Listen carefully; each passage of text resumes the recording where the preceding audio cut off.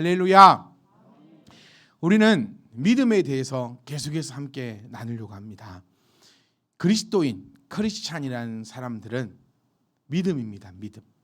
믿음이 없다면 그 어느 곳에도 쓸모가 없는 것이고, 믿음이 없다면 우리가 하는 모든 것은 헛된 것입니다.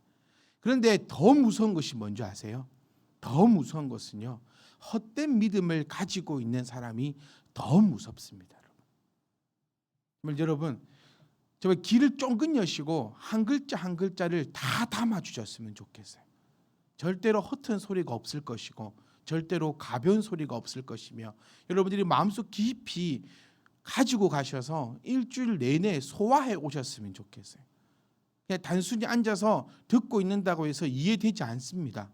오늘 함께 나누는 이 말씀을 정말 무겁게 받아주시고, 내 인생에 다시는 이런 기회가 없다고 생각하시면서 정말 무겁게 받고 맛있게 받아서 일주일 동안 정말 충분히 소화하신다면 여러분과 저의 인생은 완전히 달라질 것이라고 저는 믿습니다. 아멘. 저 요즘에 빡기도 중계를 했잖아요, 여러분. 저는 믿습니다. 여러분의 인생이 바뀔 때 저의 인생이 바뀌는 거예요. 우리는 함께 배를 타고 가는 겁니다. 그거를 인지하셔야 돼요. 제가 정말 죄송한 말씀일 수도 있지만 제가 여러분들을 위해서 기도하는 그 이유는 저를 위해서입니다. 그래야 여러분들이 더 안심하게 됩니다, 여러분. 네, 저를 위해서, 제가 여러분을 위해서 기도한다니까요. 그럼 제가 얼마나 간절히 기도하겠냐는 거예요. 여러분의 인생이 잘 될 때 저의 인생이 잘 된다라고 믿는 사람이 저입니다. 그렇기에 저의 인생을 걸고 여러분의 인생을 위하여 기도하오니, 사랑하는 성도 여러분, 우리가 믿는 바 하나님께서는 말씀이 되어 이 시간 우리 가운데 임하신다고 믿으니 정말 한 30분 정도의 이 시간을 정말 귀를 여시고 정말로 한 글자 한 글자 다 담아 주시기를 원합니다. 사랑하는 성도 여러분, 정말 무서운 것은 잘못된 믿음, 엉터리 믿음을 가지고 있는 자는 약도 없고 답도 없다라고 저는 그렇게 표현하고 싶어요. 제가 우리 청년들의 요즘에 이런 얘기를 합니다. 옛날에는 무조건 믿는 사람과 결혼해야 되는데 좀 약간 바뀌었어요. 왜냐면 안 가는 건지 못 가는 건지 벌써 계획들을 하면 얘들아, 옆에 한 사람씩만 데리고 왔으면은 그러다가 또 나 할 거 아니에요. 이제 요즘 30이 넘고 그랬는데도 저도 변하는 것 같아요. 제가 요즘에 뭐라고 변하냐면 스님을 데리고 와도 된다. 왜? 내가 개종시킬게. 내가 개종시킨다. 그런데 안 되는 사람이 있는데 이단은 안 된다. 부처님을 부르는 사람은 되는데 잘못된 예수님을 부르는 사람은 답이 없다. 제가 왜 이 말씀 드리냐면, 믿음이 없는 사람은 괜찮아요. 네, 모르잖아요. 그러니까 믿음을 알려주고 심어주면 되죠. 근데 가장 무서운 사람이 잘못된 믿음을 가지고 있는 사람은 답도 없다라는 사실을 우리가 기억해 보시면서, 우리도 어쩌면 내가 가지고 있는 믿음이 이단적 사상은 아니겠지만 나의 생각과 나의 이런 행동과 어쩌면 나의 가치관이 정말 오래되면서 조금 어트러지지 않았는가 한번 살펴보고 돌이켜보는 이 말씀을 통해서 우리가 믿음을 하나하나씩 점검해가는 그런 복된 시간이기를 주의 이름 부탁드립니다. 지난주 우리가 말씀을 한번 종합해 보면 예수님을 믿는다라는 것은 단 한 가지로 정의할 수 없다라는 거였어요. 그것도 또 판단할 수도 없다는 거였습니다. 목사가 가장 위험한 것이 뭐냐면 성도를 판단할 때 일어난다라고 저는 그렇게 생각합니다. 이 사람을 보면서 이 사람은 믿음이 있구나라고 그렇게 판단하는 거. 또 이 사람을 보면서 이 사람은 참 믿음이 없구나라고 판단하는 거. 그것이 저는 제 개인적으로 목회를 하면서 가장 주의해야 되는 것 중에 하나가 저는 그것이라고 생각을 해봅니다. 왜냐하면 우리가 판단하는 그 믿음의 척도는요, 이게 눈으로 보이는 것으로 판단할 수밖에 없거든요. 그러니까 저는 묻고 싶었어요. 믿음이 많다는 것은 과연 어떻게 판단합니까? 늘 질문하고 늘 질문해 봅니다.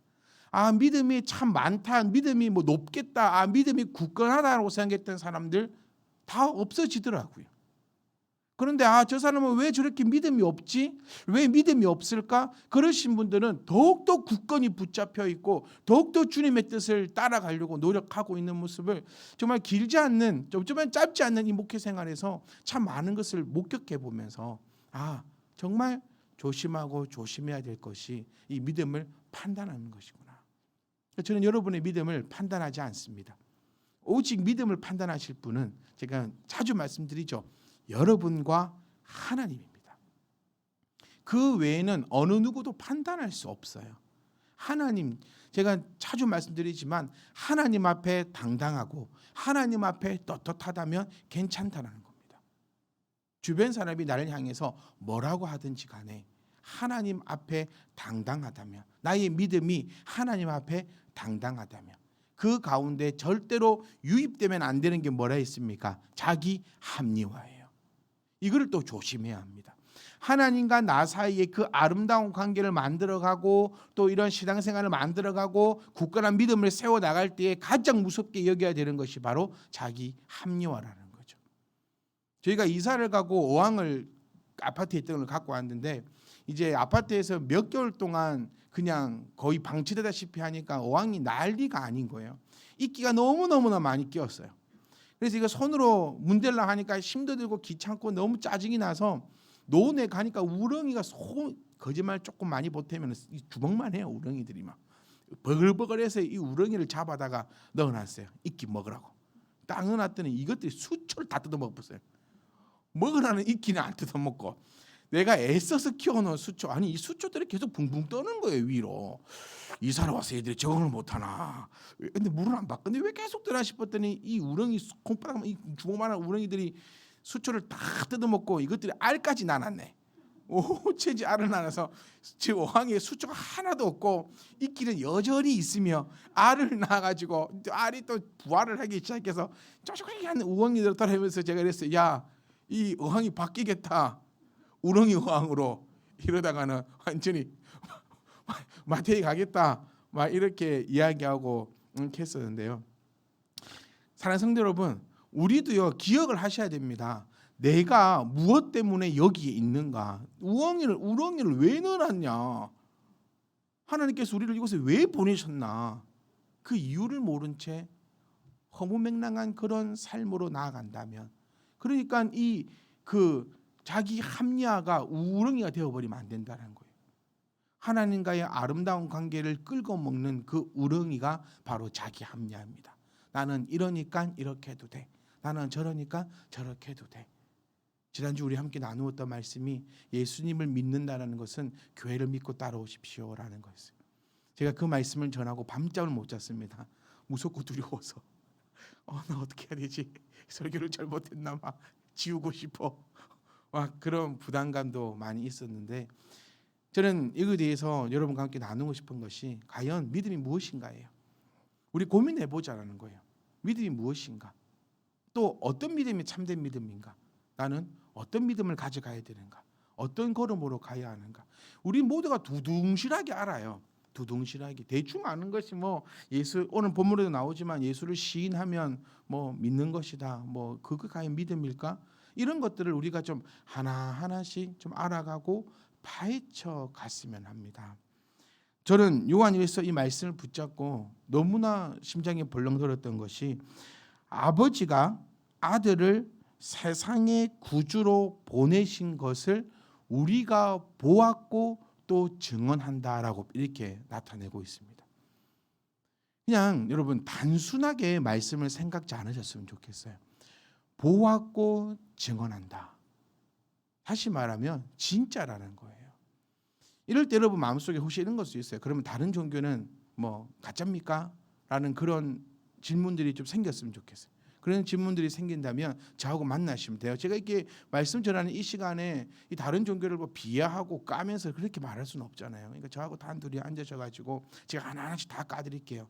다른 종교는, 다른 진리는, 다른 도라고 얘기하는 애들은 보았고 또 증언한다라는 말이 어느 경전에도 들어가 있지 않다라는 사실을 우리가 한번 기억해 보시며, 지금부터 있는 이 모든 일들은 사실임을 요한은 우리에게 강하게 어필해 주고 있고 나타내 주고 있다라는 것입니다. 자, 이제부터 한번 들어가 볼 겁니다. 누구든지, 여기서 우리가 참 오해를 많이 해요. 누구든지 예수님을 하나님의 아들이라 시인하면 하나님이 그의 안에 거하시고 그도 하나님 안에 거한다. 이제 우리 성경의 지식을 한번 쫙 망라해 볼 때가 됩니다. 자, 보세요. 거한다. 이 표현 정말 우리 좋아하는 표현입니다. 네가 내 안에 거하고 내가 네 안에 거하면 뭐를 알게 되니? 진리를 알게 되니 그 진리가 우리를 어떻게 할 거다? 자유롭게 할 것이다. 이것이 이제 끄집어 들어와야 되는 거예요. 그러니까 제가 성경 공부 시간에 몇 번 말씀드렸는데 예수님의 이 사복음서에 나오는 행적들로만은 부족하다라는 거죠. 그 설명문 같은 그 역사서를 이런 서신서들을 통하여서 거기에 대해서 풀어주고 있다는 사실을 기억하셔야 돼요. 그러니까 예수님의 그 가르침을 조금 더 심도 깊고 정확하게 이해하려면 이 서신서들을 우리가 살펴보고 여기에 대해서 꼭꼭 씹어서 소화를 시켜야지만 거기에 대해서 우리가 이해할 수 있다는 거예요. 자, 예수님을 하나님의 아들이라 시인한다. 요게부터가 이제 우리는 고민을 한번 해봐야 될 바입니다. 믿음은, 성경에서 말하는 믿음은 간단해요. 예수님을 하나님의 아들이라고 시인하는 것을 믿음이라고 얘기합니다. 그렇죠? 그리고 누구든지 예수 이름을 믿으면 영생을 얻게 됩니다. 이거 정말 이거는 뭐 바꿀 수도 없고 바뀌어서도 안 되고 당연한 답이에요. 여기까지는 저는 여기 계신 모든 분들이 다 알고 계시라 저는 그렇게 믿습니다. 그렇다면 예수님을 하나님의 아들이라고 시인한다는 것이 과연 어떤 것일까? 어떤 과정이 필요할까라는 것을 한번 생각해 보자라는 거예요. 그냥 단순히 나는 예수님을 하나님의 아들로 믿습니다. 과연 이것일까? 또 우리는 왜 믿어야 하는 것인가? 왜 믿어야 하는 것인가? 여기에 대해서부터 우리가 한번 좀 무겁게 생각해 보자는 거예요. 여러분, 우리 예수님을 왜 믿습니까? 요것부터가 한번 생각해 보자는 거예요. 왜 한국 교회, 아니 세계 교회가 위기다라고 그렇게 얘기하고 있습니까? 우리는 왜 믿는가에 대한 그것이 나한테 정립되어 있지 않기 때문이에요. 어떤 사람하고 제가 차를 타고 가다가 그 사람이 저에게 이렇게 묻더라고요. 목사님, 인생의 행복은 무엇입니까? 라고 저에게 묻더라고요. 인생의 행복은 무엇입니까? 제가 2번 생각도 안 하고 그렇게 얘기했습니다. 목사는 인생의 성공을 모릅니다. 목사는 인생의 행복이 무엇인지 모릅니다. 더 나아가 볼까요? 종교는 인생의 행복에 대해서 알려주는 것이 아닙니다. 인생의 행복을 찾거든 많은 철학자의 강의를 들으십시오. 목사는 철학자가 아닙니다, 여러분. 우리가 인생의 행복을 찾기 위해서 내가 예수님을 믿는다.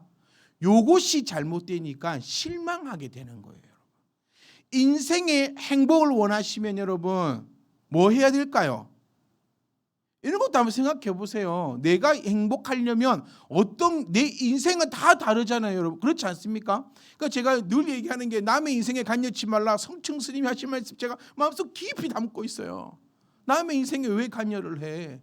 남의 인생에 왜 간여합니까? 인생은 다 다릅니다. 여러분, 뭘 해야 만족하시겠습니까, 여러분? 인생은 만족함이 있을 때 인생이 행복하다라고 얘기할 수 있다고 한 철학자가 얘기했거든요. 그래서 성경은 또 이렇게 고백했습니다. 사람을 보며 세상을 볼 때 만족함이 없었네. 이거. 그 세상의 행복을 찾거든 여러분은 무엇을 해야 행복할까 생각을 해봐야 돼요. 여기서 대부분 99.9% 나오는 대답이 아마 돈일 겁니다. 돈이 있어야 내 인생이 행복하다라고 하면 여러분 뭐 해야 됩니까? 돈을 벌어야죠. 그럼 돈을 누가 벌게 해줘? 여기 또 이제부터 잘못되는 거예요. 예수 믿으면 돈 벌게 해준다더라. 성경에 어디 그게 있습니까? 성경에 그게 어디 있나요? 그럼 목사들은 왜 이렇게 가난하게 삽니까? 앞뒤가 안 맞는 말이에요. 이거는 예수 믿으면 돈 생긴다더라. 목사들만큼 예수 잘 믿는 사람이 어디 있어요? 아침부터 밤까지 예수님만 믿습니다. 우리는 아무것도 안 믿어요. 오직 예수님만 믿어요. 그런데 왜 이렇게 전부 다 못 삽니까? 95%가요 기초생활 수급자랍니다, 목사님들이. 근데 기초생활 수급도 잘 안 된대요, 목사님들은요. 이런 카운트가 안 되니까, 국가에 이런 카운트가 안 되니까 그렇게 힘들게, 안 맞잖아요, 말이. 뭐가 거짓말이? 목사들이 예수님을 안 믿는 게 거짓말인지, 아니면, 그러니까 여러분, 여기부터가 이제 우리가 출발점부터가 뭔가 잘못되어져 가고 있다라는 거예요. 예수 믿으면 돈 못 법니다. 저는 그러니까 이렇게 되면 또 실망하는 분 계실 거예요, 분명히. 제가 요즘 유튜브로 여러분 한 30명이나 봅니다. 30만 회 아니고요, 30회. 네. 우리 다원 가사가 그랬어요. 언젠가 터진다고. 실망이고, 그래서 내 죽고 나면 터지면. 뭐, 그러니까 또 그럽니다. 훌륭한 사람은 죽고 나서 빛을 발하더라고. 네, 피카소니 뭐 이런 사람들, 음악가니 보면은 살아 생전에 그림 한 장 못 팔아먹고 음악 하나 못 팔아먹다가 다 죽고 남게. 그럼 내 죽고 나면 이제 내 자손들은 이제 미술은 팔으면 돈이라도 되지, 이 설교를 팔아도 돈도 안 되는데, 제가 막 이렇게 얘기하는데요. 어쨌든 우리가 꼭 이 믿음에 대해서 왜 흔들리고, 왜 실망하게 되고, 왜 낙심하게 되고, 왜 교회를 향해서 실망하게, 하나님을 향해서 왜 있니 없니 그렇게 되냐면, 다들 우리가 추구하는 것은 이 인생의 행복을 추구하고 있는 것이고, 이 인생의 행복의 거의 99%는 돈이 있으면 행복할 것 같다라고 얘기하거든요. 그런데 이 돈이 어디서 벌려요? 교회에서 안 벌려요.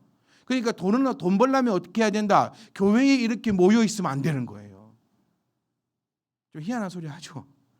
돈을 벌려면 교회에 모여 있으면 안 됩니다. 돈을 벌려면 지금도 어디에 있어야 됩니까? 직장에서 일하셔야 돼요. 뭐 특근, 야근, 용어는 모르겠지만 그렇게 하셔야 돼요. 장사하시는 분들 주일날 문 닫으면 못 줍니까? 가서 열심히 장사하고 어떻게든 거래해야지요. 여기서 또 하나 제가 또 더 조금 더 나가서 해볼게요. 그런다 한들 여러분이 돈을 벌겠습니까? 아닙니다.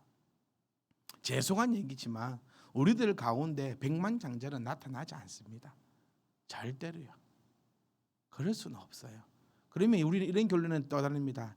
인생 조졌네.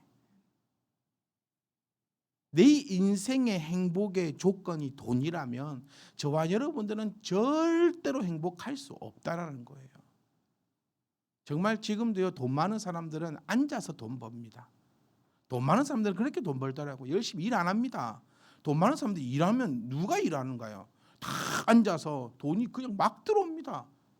근데 그렇게 들어오기까지 또 엄청난 과정들이 분명히 있고 있는 거죠. 쏙 쓰면 안 됩니다. 돈 많은 사람들의 대부분 특징이 뭔지 아세요? 가만히 있는데 돈이 들어온다라는 거예요.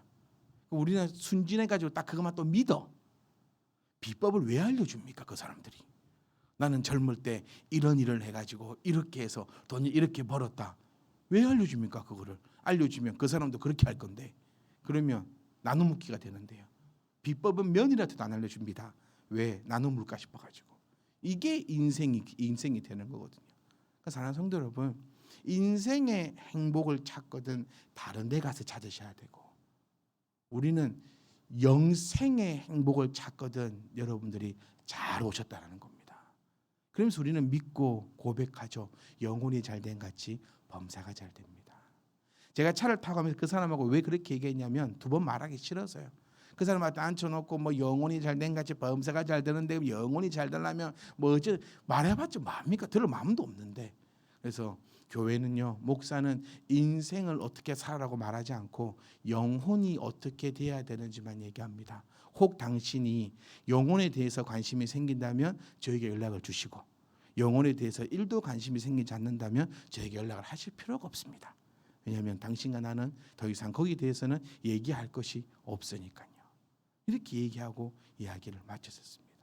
사랑하는 성도 여러분, 우리가 이곳에 모여 있는 이유는 인생의 성공, 인생의 즐거움을 얘기하는 것이 아닙니다.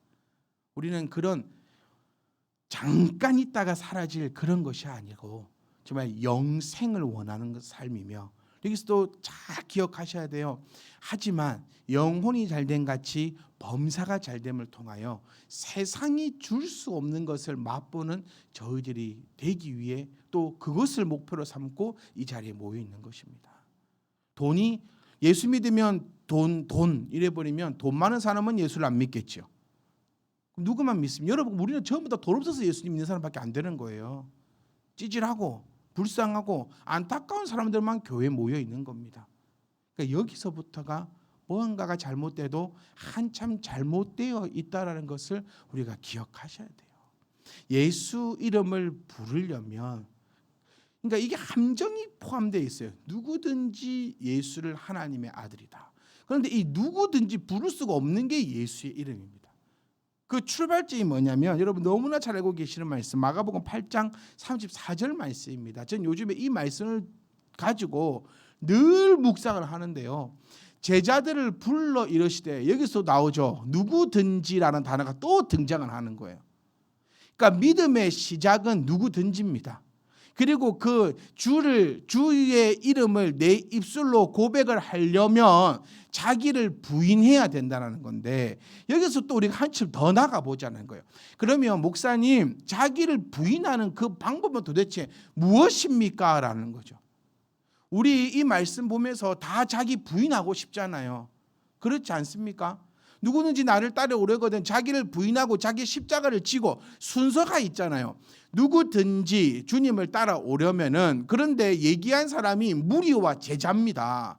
요거를 포커스를 맞추셔야 돼요. 이것 때문에 제가 요즘에 심장이 벌렁벌렁 거립니다, 여러분. 우리는 모두가 다 제자라고 지칭하고 있는 사람들이에요. 특히 여러분은 잘 모르겠지만 저는 자부심을 가지고 있습니다. 나는 예수님의 제자야라는 그 자부심 하나로 갖고 사는 사람인데, 저에게 이 말씀을 하시더라고요. 제자를 불렀대요. 그리고 잘하고 있는데 왜 잘하라고 얘기하겠습니까? 자기를 부인했는데 왜 부인하라고 얘기하겠냐는 거예요. 자기 십자가 잘 지고 가고 있는데 왜 자기 십자가 지고 따라오라고 하겠냐는 거예요. 지금 우리는 예수님을 따르는 무리고 혹은 예수님의 제자인데, 그 사람들한테 이야기하고 있는 것이 자기를 부인하고 자기 십자가를 지고 따르는 것이 믿음의 출발점임을 우리에게 알려주고 있다는 겁니다. 그러니까 사랑하는 성도 여러분, 우리는 걷지 못하면서 그냥 나르고 있는 형국이에요. 지금 자기를 부인하지 못하면서 예수 이름만 믿고 있다고 계속해서 얘기하고 있는 거예요. 그러니까 저는 허송세월하고 있다라고 감히 이렇게 표현드리고 싶어요.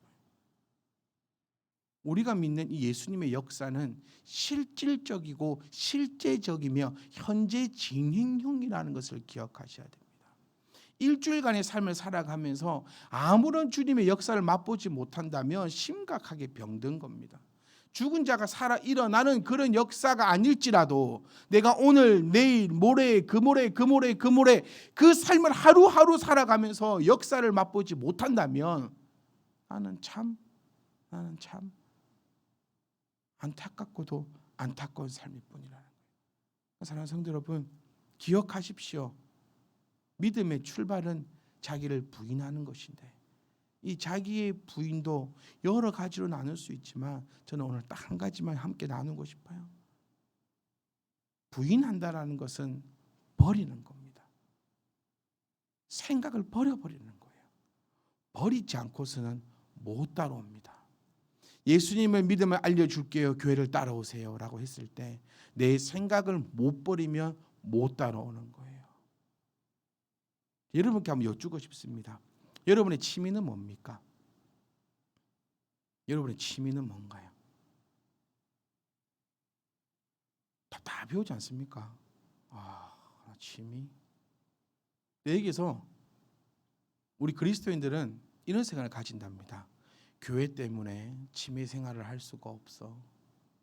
왜? 토요일 날도 교회 가야 되고, 토요일 날 교회 안 오는데, 근데 생각해볼게. 또 주일 날 또 교회 가야 돼. 뭐만 못하면 다 교회 탓이에요. 뭐만 못하면. 그러니까 제 취미 생활을 제가 한번 분석을 한번 해봤습니다. 그래가지고 취미 생활은 언제 하는 줄 아세요? 토요일 날, 일요일 날 하는 거는요, 1년에 몇 번 안 됩니다. 거의 대부분 퇴근하고 나서 뭘 하십니다. 근데 그리스도인들은 게으른 사람들만 저는 교회 다닌다 생각하고 있어요. 여러분, 절에 가면 못 다닙니다. 힘들어서. 진짜입니다. 얼마나 힘들게 그들은 하는데요. 근데 교회는 딱 일주일에 한 번 와가지고 딱 1시간 어쨌든 버티고 앉아 있으면은 예배 딱 드리갖고 다음 주부터 세상을 다스린다. 이제 세상아 와라. 나딱 앉아 있었다. 잘은 모르겠지만 우리 목사님 늘 얘기하는 거 세상 다스린다 했으니까 세상아 와라 이러고 있는 거예요. 게을러요. 퇴근하고 나서 취미를 하십시오. 근데 그때는 이제 몸이 무겁고 힘드니까 안 해. 남들은 매일 토요일 일요일 가서 집에서 하는 것 같습니까? 아니에요. 그렇게 못합니다. 뭔 돈이 있고 뭔 체력이 있고 뭔 시간이 있어서 그렇게 합니까? 근데 저는 또 생각해 봤어요. 여러분 취미가 뭐예요? 라고 했을 때 내 취미가 교회입니다 라는 얘기는 왜 못할까? 그러면 교회 오시는 게 힘드세요? 취미가 뭐냐면요, 지치고 피곤한 이 일상에서 조금의 이 일탈하는 거예요. 스트레스를 좀 날려버리는 게 취미가 됩니다. 그럼 여러분 교회가 취미가 왜 안 될까? 이것부터가 자신을 부인하지 못하고 있는 거예요. 교회는 힘든 곳이 아닙니다, 여러분.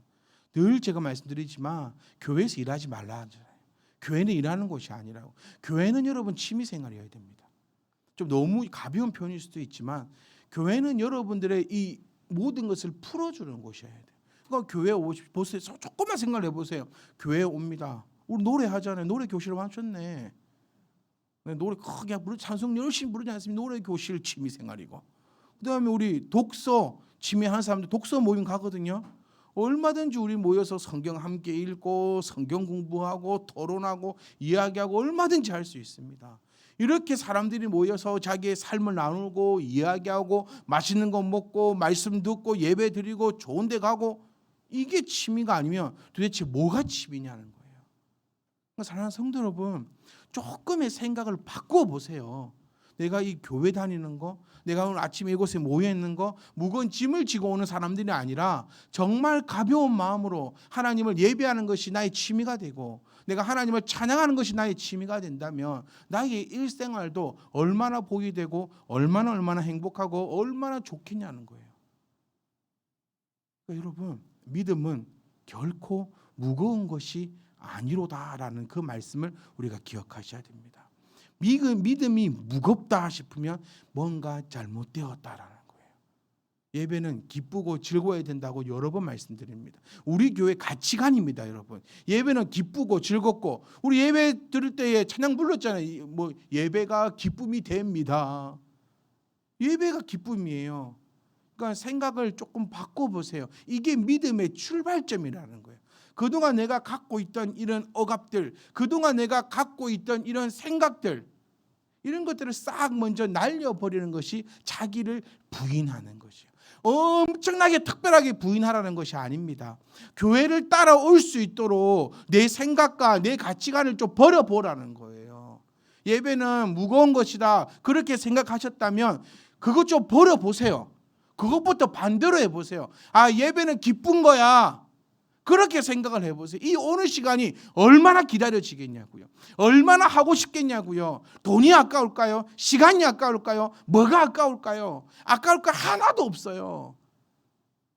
그런데 이게 무거운 게 되고 짐이 되고 그러니까 헌금도 아까운 거예요. 벌벌벌 떨면서 헌금하는 겁니다, 여러분. 시간이 아까운 거예요. 예배드리는 시간이, 솔직히 예배 안 드리고 집에서 말 건데, 제가 정말 그 얘기 많이 하고 싶어요. 예배 안 드리고 집에 있으면 과연 뭐 할까요? 뭐 얼마나 대단한가 하고 놀고 있을까요? 제가 잘은 모르지만 누워서 TV 보고 있을 겁니다. 늦게까지 잠자든지. 아닌 거예요, 여러분. 자기를 부인한다라는 이 말씀의 그 의미를 바로 알고 가셨으면 좋겠어요. 어마어마한 거 바꾸자는 소리 아닙니다. 예배에 대해서 생각하는 거 한번 전환해 보세요. 거리 상관없어요. 돈 드는 거 상관없어요. 힘든 거 상관없어요. 아무것도 상관없어요. 그냥 그 자체가 기쁨이 되거든요. 그러면 목사님을 통해서 여러분들에게 전파되는 이 말씀이 너무 즐겁고 너무 행복합니다. 그럼 일주일 동안 또 그 삶으로 신나고 행복하게 나아갈 수 있는 것이라는 거예요. 이것이 되면요, 이제 예수를 하나님의 아들이라고 시인할 수가 있게 돼요. 왜냐하면 버렸으니까, 나를 부인했으니까 이제 이 말이 들리기 시작한다는 거예요. 여러분, 복음이, 말씀이 내 귓가에 들려지지 않는다면 여러분이 꼭 기억하셔야 되는 게 내가 나를 부인하지 못했다라는 것을 인지하셔야 됩니다. 놀라운 일이 요거 딱 하나만 되면 놀라운 일이 벌어지는 거예요. 나를 딱 부인하게 되고 내 생각을 바꾸게 되면, 첫 번째가 그겁니다. 교회를 향하여 여러분이 생각할 때에 결코 무거운 짐이 되어서는 안 된다. 믿음은 결코 무거운 것이 되면 안 된다. 교회 오는 것이 즐겁고 누구보다도 행복하고 이곳에서 우리가 함께 교제함이 얼마나 아름다움인가라는 그 말씀이 정말 느껴지고 정말 행복한 시간이 될 때에 여러분, 예배를 통하여서, 교회를 통하여서 여러분들은 그럴 때 드디어 예수님에 대해서 배울 수 있고 알아갈 수 있고 만날 수 있게 됩니다. 그렇게 되면 이제 하나님의 아들이라 시인할 수 있게 돼요. 좀 착착착착 정리가 좀 착착착착 되어 오셨으면 좋겠습니다. 자기를 부인한다. 그 제가 서두에 말씀드렸지만 제가 해드릴 수 있는 것 같으면 제가 다 해드리고 싶어요. 근데 그 제가 해드릴 수가 없어요. 근데 저는 도와드릴 수는 있습니다. 여러분들이 물어본다면 답해드릴 수 있어요. 혹시 이런 것도 이런 걸까요? 그럼 제가 답해드릴 수는 있어요. 그러니까 저를 이용하세요. 이제 이용껏 제가 드리려고요. 딱 그 시간 지나면 이제 이용 못하게. 그럼 얼마나 이제 늘 같이 있다고 생각하니까 뭐 오늘 못 물어보면 내일 물어보면 되고, 뭐 내일 못 물어보면 다음 날 제가 딱 내일부터는 한 2개월까지 딱딱 들어가지고 그 2개월 딱 지나고 나면 제가 전화도 못 하는 걸로, 말도 못 붙이는 걸로, 그렇게 좀 재밌을 것 같기도 한데요. 자기를 부인한다.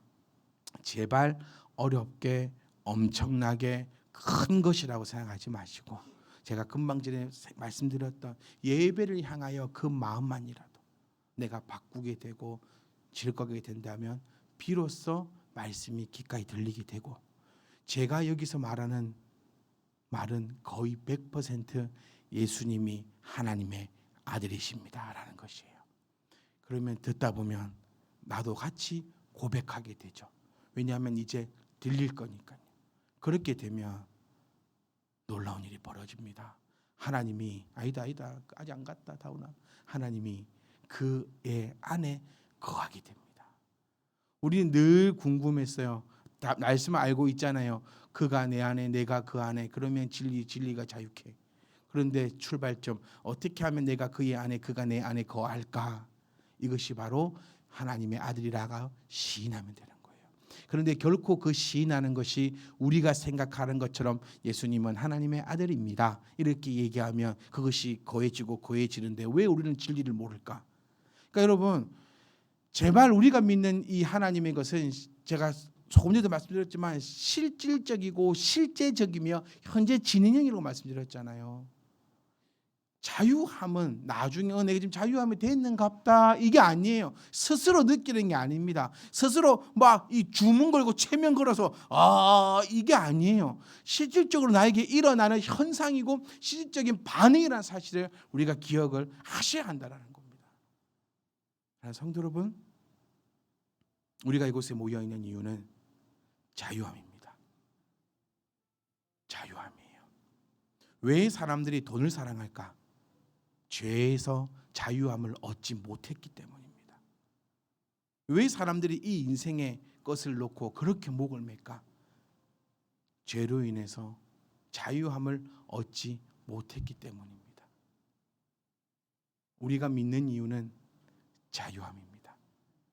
그래서 진리를 알지니 그 진리가 너희를 자유케 하리라라고 말씀하고 계셨고, 그 진리를 알려면 거해야 하는데, 거하려면 예수님을 하나님의 아들이라고 시인해야 되고, 시인하려면 나의 것을 비워낼 때 비로소 가능하다. 또 비워만 내시면 안 됩니다. 비워내고 이제는 하나님의 것으로 찾아 나가야 한다는 것이에요. 사랑하는 성도 여러분, 저는 간절히 원합니다. 정말 여기 계신 모든 분들이 정말 인생이 행복하기를 제가 이만하고 싶었어요. 그게 서두에 그 인생의 행복이 세상 사람들이 말하는 인생의 행복과 우리가 말하는 인생의 행복은 달라야 해요. 그게 너희는 택함 받았으니 거룩하게 살아라고 하신 그 하나님의 말씀에 응답하는 겁니다.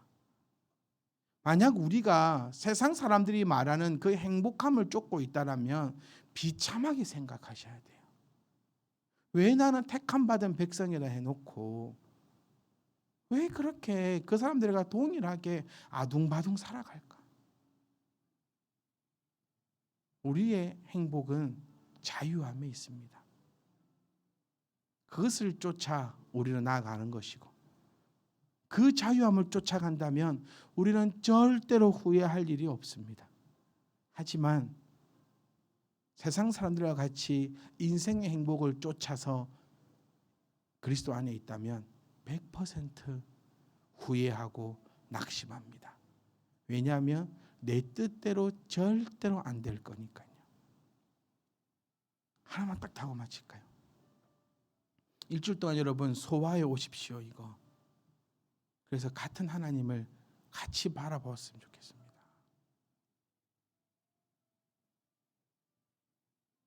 자, 성도 여러분,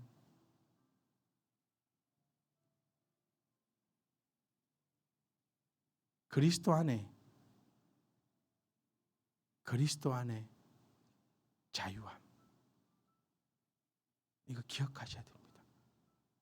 그리스도 안에 자유함, 그 자유함이 나를 살릴 것이다. 기도하겠습니다.